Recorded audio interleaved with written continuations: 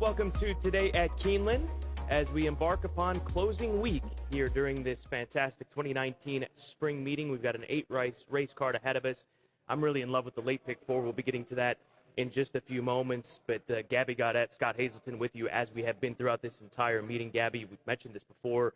It's crazy that we've got just 3 days left. This meet has flown by, and in part, because it's been such a great meeting. We've seen so many great performances over these days. And the last 3 days are no different. I mean, even if you look at today's card, tomorrow's card, Friday's card, the majority of them are either made in special weight races or allowance races. So the quality is there, the depth is there, the late pick 4 looks really intriguing as well. So let's go out with a bang, Scott. You gonna be waving that finger at me? What happened there? I lost my keys. You almost sliced off your finger. I know. Cooking at home. Clearly, I'm not domestic. No, we're going to get you to a vet. That's the plan, because you might need some stitches. So if anybody has a vet, send them over here to Wagering Central. That's where we're located. Also, if you want to swing by and have some questions about wagering on the races today at Keeneland, we can help you out. Our betologist can help you out as well. And with it being a Wednesday, it's Wednesday Challenge. That's WINS, Wednesday Challenge. It's a $10 entry. And the pool is guaranteed at $2,500. Gabby, how does this contest work? It's just a $2 mythical wager, a win-place wager, and it starts in race 3 at Keeneland and goes into the last race, which is race 8 today. So you have until race 3 to get involved, and there's a minimum $2,500 in the prize pool. So it's a lot of fun to kind of play along with. The first 200 participants, you get a free DRF, free daily racing form, as well as an appetizer card from Malone. So make sure you take advantage of the Wednesday Challenge. We took Sunday off. We took Easter off. Hopefully you had a lovely Easter. I know that Gabby and I both did, spending time with family, and it's good to be back with our racing family, because racing on Saturday, we had some nice performances, led in the Dixiana Elkhorn by Bigger Picture, the 8-year-old veteran, one of 3 in which Maker sent out. Zulu Alpha finished 3rd, so he went 1-3 in there. But it was a really nice day of racing on Saturday. It was, and that was the second victory for trainer Mike Maker in the Elkhorn. He won it back in 2013 as well. So congratulations to both Mike Maker and 3 Diamonds, who is the owner. And in terms of getting into this week, Scott, we've got the leaderboard for both jockey and trainer. Javier Castellano still atop with 14. He hasn't been here for the last week, which I find crazy that nobody has surpassed him just yet, but Florent Giroux and Joel Rosario very close behind him with 12. Chad Brown right now atop the trainer standings with 9 victories. And Chad Brown has never won a Keeneland training title. This could be his first, spring or fall. Brad Cox, he won it back in 2018 during a spring meeting, and then Wesley Ward, who's in 3rd, he has 4 Keeneland titles. So we'll be keeping track of the trainer and jockey standings in these final 3 days of racing here at Keeneland. It's a glorious day here in the Bluegrass, but for verification, let's go to our friends at WKYT for the weather.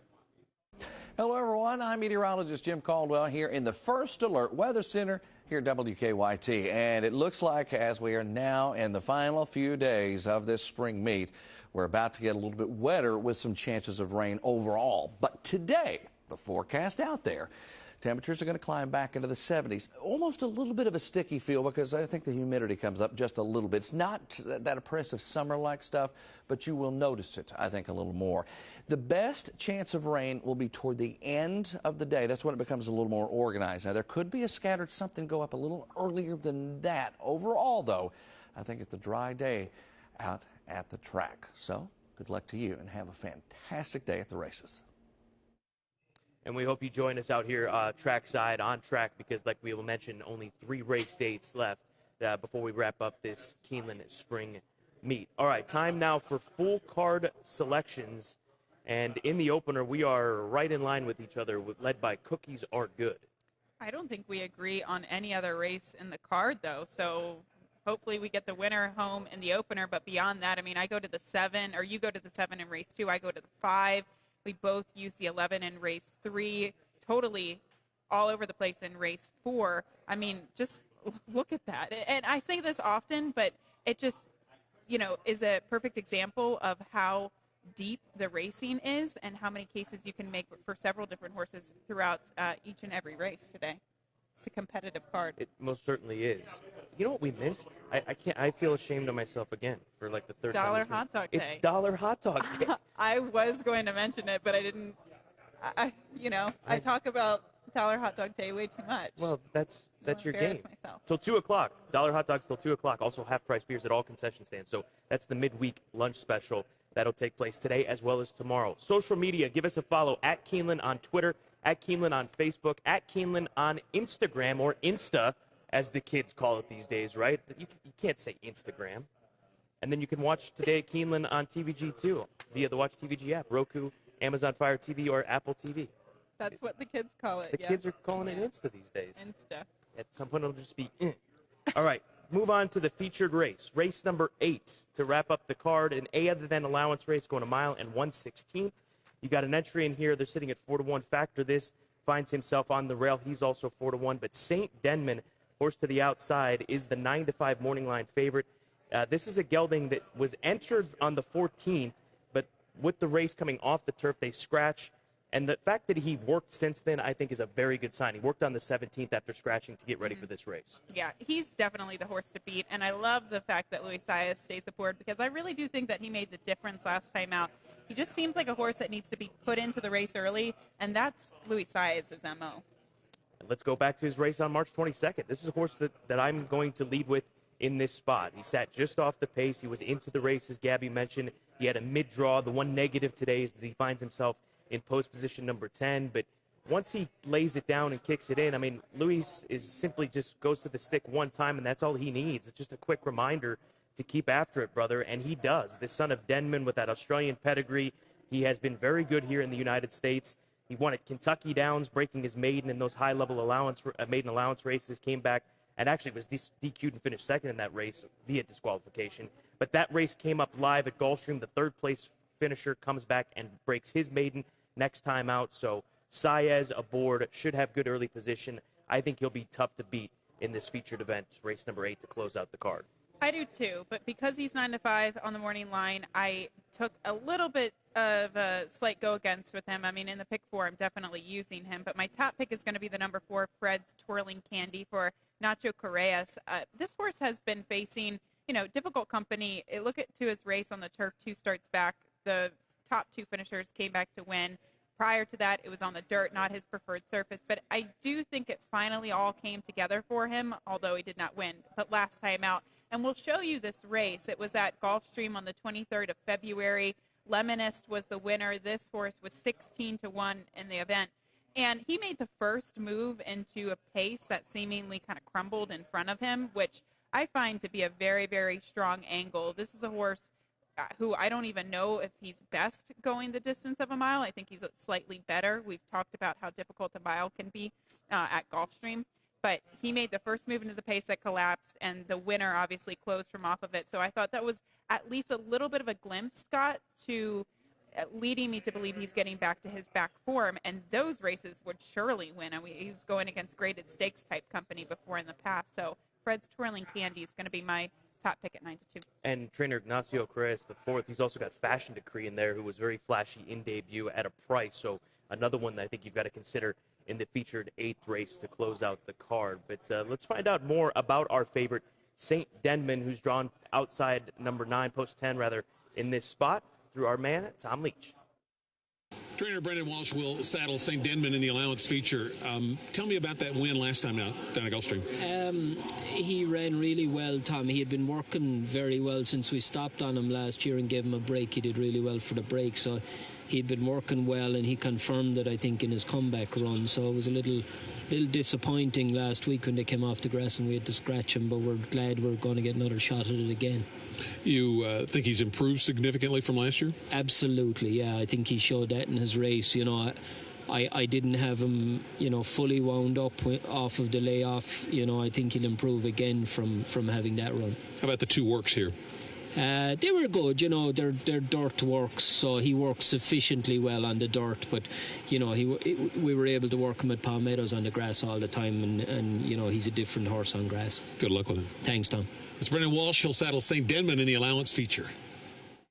And also, Brendan, part of the story here, he's had 5 wins. He's really not that far off the pace. He could win some races over these next few days. He's got some live runners. He could easily find himself right there with Chad Brown once we get to closing day.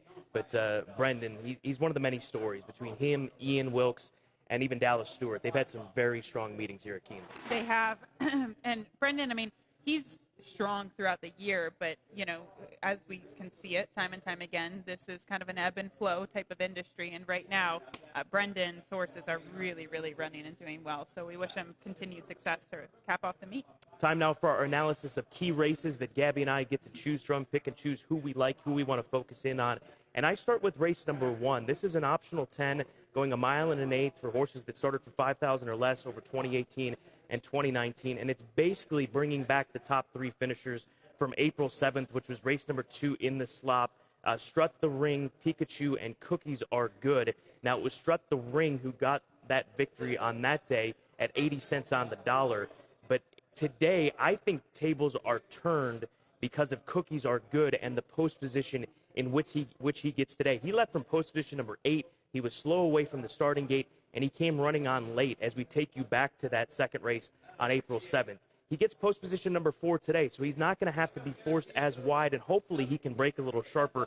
And the presence of the 2 quick horses around him hopefully get him away from the gate a little bit cleaner. But for Cookies Are Good, for him to close in the slop as he did on this day, that was encouraging. And he showed a little bit more tactical speed 2 starts back when he was able to win at Fairgrounds. So I'm looking for a turn of the tables here today with Cookies Are Good over Strut the Ring. That's the 4. So 4 over the 3, and then the 7, Pikachu, who was second in that race, who was also running on. But today he's got that outside draw to deal with. I think that those top 3 horses are the obvious 3 to go to, and obviously you agree when we showed our consensus picks. Yeah, I do agree. I thought Pikachu probably had the worst trip of all because it was a wide trip. He checked going into the first turn. He was all over the place. But once again, he's going to have to work out a trip from the outside. I agree completely with your analysis. I went to Cookies Are Good as well. It'll be interesting to see how this race is being played, too. I think the money will be pretty evenly spread between these 3, which even if you're just simply looking to play an across-the-board play, a win play, you're going to get some decent value. And also consider playing that early pick 5 because of the presence of those 3. And I think it's tough to leave either of the 3 of them off of your ticket. So that's my first key race analysis. Let's stay at the beginning of the card because Gabby's going to take you right into the next one, race number 2 at 1.5 miles on the turf course. Scratch out Let's Roll, Dyna B, and Xena Rules. We've got a 5-2 morning blind favorite with Cured by Kitten, the 5. I feel like I always feature these 1.5 mile races, and they're actually very difficult to handicap because it's all about who can stay the distance. My top pick in here was the 2 Dyna B, so she is now scratched. I land on the 5, Cured by Kitten for trainer Mike Maker. Overall, there are several horses that are coming out of that Atlantis race last time out on the 6th of April, and I don't know what to make of the race because the winner was a huge long shot for Rudy Broussais. I did not think that the race came up super tough considering other allowance races we've seen at the meet, but this race didn't come up very tough. I mean, I could make a case for Sapphire Jubilee, who's stepping up from $16,000 claiming company. So we'll show you Cured by Kitten when she broke her maiden here at Keeneland in the fall last year. This was actually a really impressive performance. She closed well off the pace and just got up to beat Gentle Ruler in here by a head. And since then, she's kind of been okay, but I think she's gone against pretty quality competition over the course of the winter down at Gulfstream. And she didn't show up. She was even throughout last time out. She saved ground. She had a good ride under Tyler Gaffleone. I don't know why she didn't show up. I don't know why the majority of those horses didn't show up. But, this just seemingly looks like an easier spot. If we're talking about the pick 4, pick 5, and the first half of the card, I would actually consider throwing in some crazy horses in here because although I do like Cured by Kitten, this is my top pick, I would not be surprised if something crazy happens in race 2. If you're an all-button player, build a ticket around an all-button, have strong opinions in the other. And I think that we'll talk about that in the late pick 4. That's my approach late. These multi-race exotic sequences are very, very good today. I'm not going to put them on par with the stakes cards that we've had because we don't have a stake today, but these are high-level competitive allowance races, which oftentimes can lead to bigger results versus stakes company instead of stakes company because of we have the standouts like a Rushing Fall taking on Grade 1 company and things of that nature. So that's Gabby's key race analysis of race number 2. I'll stay at the beginning of the card and take you to race number 4. This is a maiden special weight for straight 3-year-old fillies, 1 mile on the grass. Big scratch in here, the 9 Miss Leia Angel, much like Dyna Tail or Dyna B was your selection in race number 2. She was going to be my top pick. But I go to the 5-horse, Strikingly Lovely, for Neil Howard, who's quietly had a really nice meeting with just a handful of starters. And this is a Samson Farm homebred by Smart Strike, Ontario bred, who debuted going 5.5 furlongs at the fairgrounds in late March, so just a little over a month ago. And she had an awful trip. Focusing on her down the backstretch, she has to check at the 3/8 pole. She ends up going 10 wide. I mean, look at the mess of this that is going on. And she ends up finishing 5th, only beaten 6.5 lengths. You can see Ty Kennedy, he's trying to get some run from her, and she's trying. There's nothing wrong with this effort. So if she has better position early, which she's bound to because of the stretch out in distance, I think that you have to consider this filly. And we saw Brian Hernandez come to life last weekend. He brought home some big price winners. So I like Strikingly Lovely just based on the fact that this was a non-race. She never had a chance. You're not going to win in debut with trouble like that. And Neil Howard, first time at a route of ground, positive ROI of 65 cents and striking at 12%. So this is a filly that you have to consider in this early part of the card, race number 4, even if you're just playing it straight up. She's an across-the-board type of wager for me. But if you want to play the pick 4, the pick 5, don't leave her off your ticket. Yeah, I'll talk about this race later as it's my best angle of the day, but Strikingly Lovely, you have to approach her as a first-time starter simply because it was such a chain reaction in her first race. It's a throwout. All right, let's go to the latter half of the card for Gabby's final key race analysis, a race which gives us 8 horses to sort through, and Sandville is the 5-2 morning line favorite with Joel Rosario in the saddle. That's right. And I thought that this was a very interesting race because we have a couple of horses who are stretching out to 2 turns for the first time. Hitch being one of them on the dirt for Steve Asmussen. The 4, Methodical. Clearly his last race was a little bit of a prep. But I like the 2, Passion Play, in that he's had 2-turn experience before in the past. This was 2 starts back at Oaklawn, and we'll show you this replay going against Maiden Special Weight Company. He opened up on the field. He set the pace. You can see him in the big white shadow roll there. And I just loved his willingness to the finish line. Unfortunately, he got caught on the wire by Laughing Fox, who would come back to finish 4th in the Arkansas Derby, to Omaha Beach, who was your likely favorite for the Kentucky Derby. So, I mean, you can just see that these 2 horses are well clear from the rest of the field. So he did come back with a subpar performance, going a mile, cutting back. But look at his work tab coming into this race. I just think, Dallas has now gotten him on a routine at Churchill. He has fast workouts. He clearly has talent, as we just showed you by his race 2 starts back. So he's going to be who I'm focusing on in race 7, but it is a very deep maiden special weight field. And I love seeing Tappet horses trained by Steve Asmussen. I mean, I feel like he gets the best out of them because he's had so much experience with them, and he's produced champions and really has led the way with that stallion. They can. I mean, they can. But once you can get the best out of them, once you get that switch to flip, watch out. So we'll see if that occurs today in race number 7. So those are our key race analysis. We'll get to the pick 4 tickets in just a second, but our Clocker report takes you to race number 8, the feature with the number 4 horse, Fred's Twirlin' Candy for Nacho Correas and Steve Fidel. Back on the 20th of March, 5 furlongs in 1:04. That was 8th best of 24. Highest turf buyer in the field. Just needs to repeat the last form for the top honors here today. So race 8, the 4, Fred's Twirlin' Candy. A second shout to him in the feature. Early pick 5 is good. Early pick 4 is good. Late pick 4 is great. And you have the honors here today to guide us through this sequence, starting with race number 5. Yeah, I heard you mention the all button, so I'm curious to see your take in the late pick 4. But my take is a $36 play. 3 horses to start things off in race 5, 1, 4, and the 5. Cardiac Kitten drops in class for Wesley Ward. I thought made sense. The 4 Psychoanalyze looks to be the speed in that race. And then the 5 British Humor, also a speed type, was really hindered by the break last time out. He did not get out of the gate, and he's a speed horse. So you have to give him the benefit of the doubt for his last race. Race 6, 1, 6, 12. That's a maiden special weight. The 1 Queen Med for trainer Chad Brown. She did not show up against Stakes Company last time out, but I still will be using her here today. The 6, Amandrea, is my top pick, and then we have the number 12, Temple City Terror for Brendan Walsh. Race 7 is the spread race, going 4 deep there with the 2, 4, 6.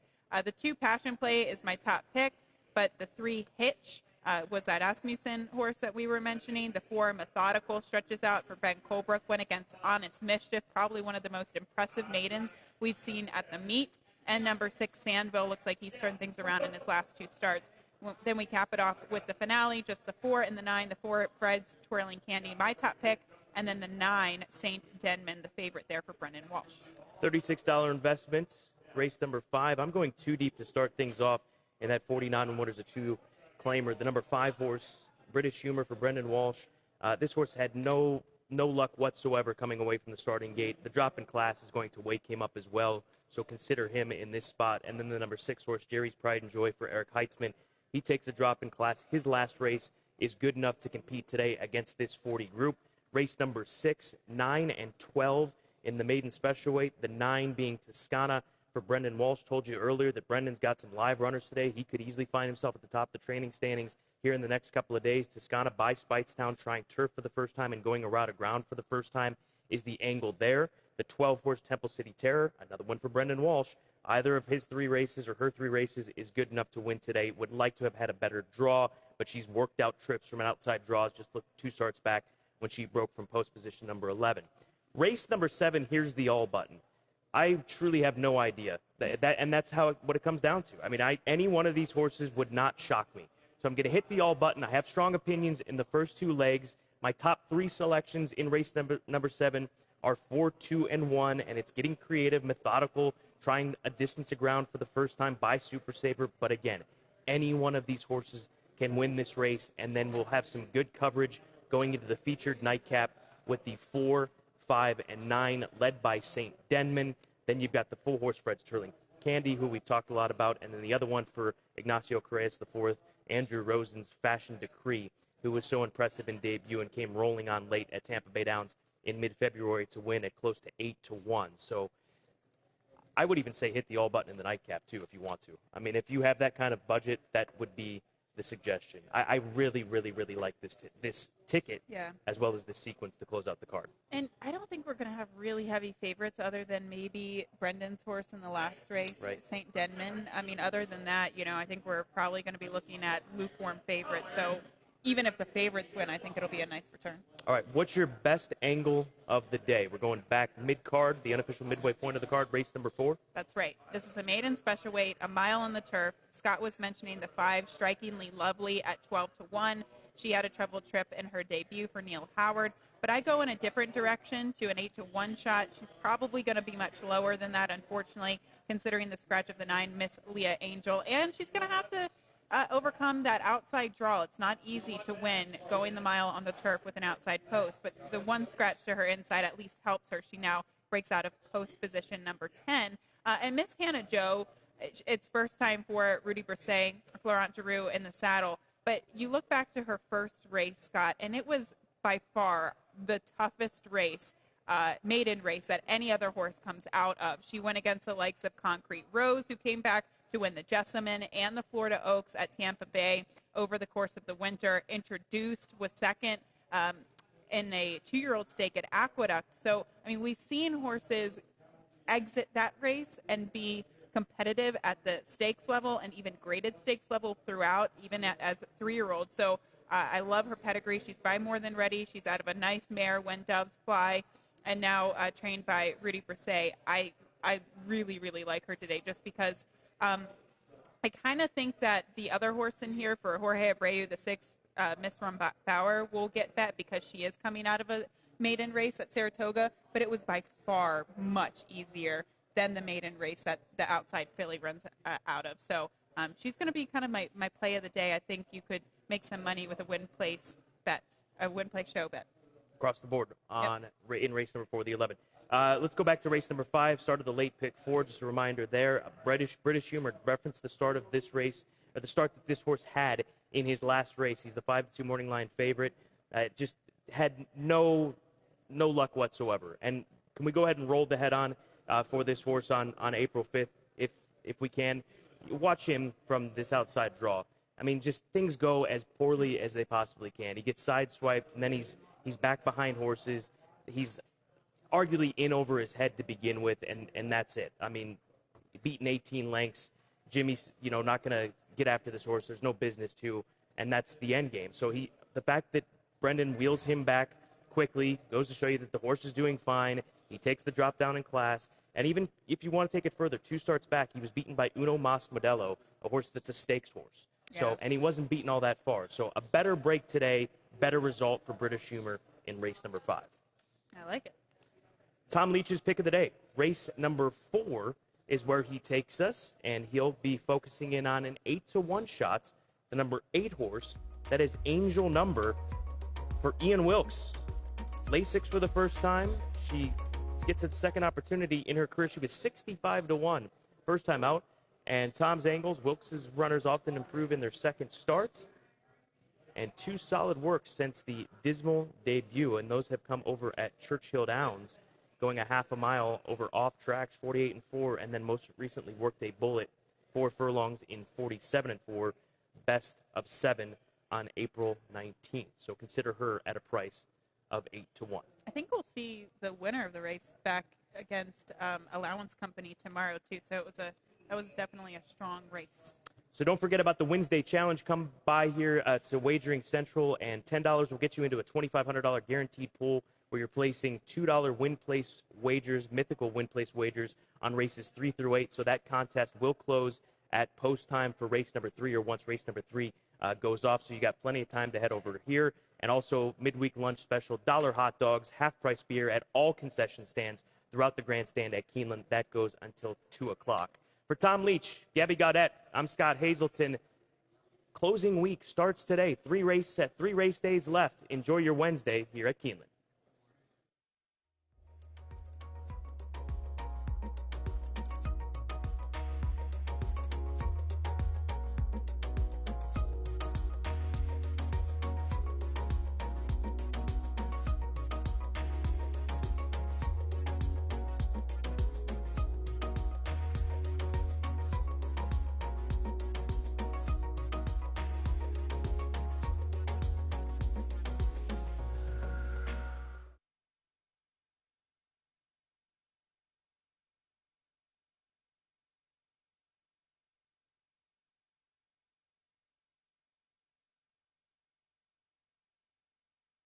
My king, I have discovered something called a preservative. We can put it in Bud Light and make it last forever.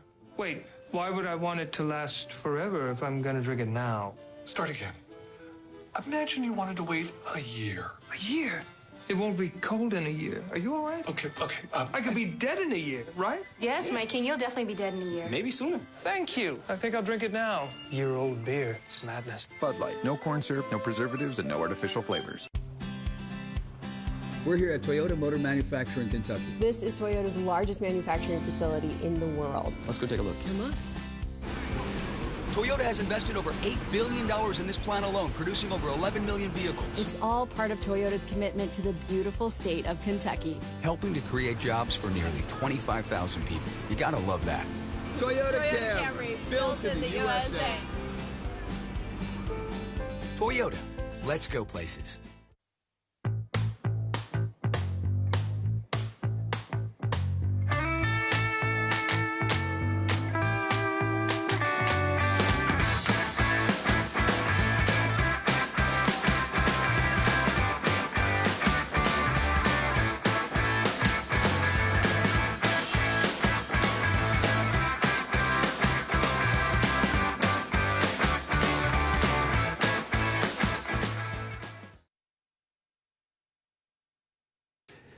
Ladies and gentlemen, Keeneland welcomes Bella Griffin to the paddock. Bella is a 14-year-old freshman at Madison Central High School and is excited to perform today as she has practiced for this special moment. First, Bella presents My Old Kentucky Home. The sun shines bright on my old Kentucky home. 'Tis summer, the people are gay. The corn tops ripe and the meadows in the bloom, while the birds make music all the day.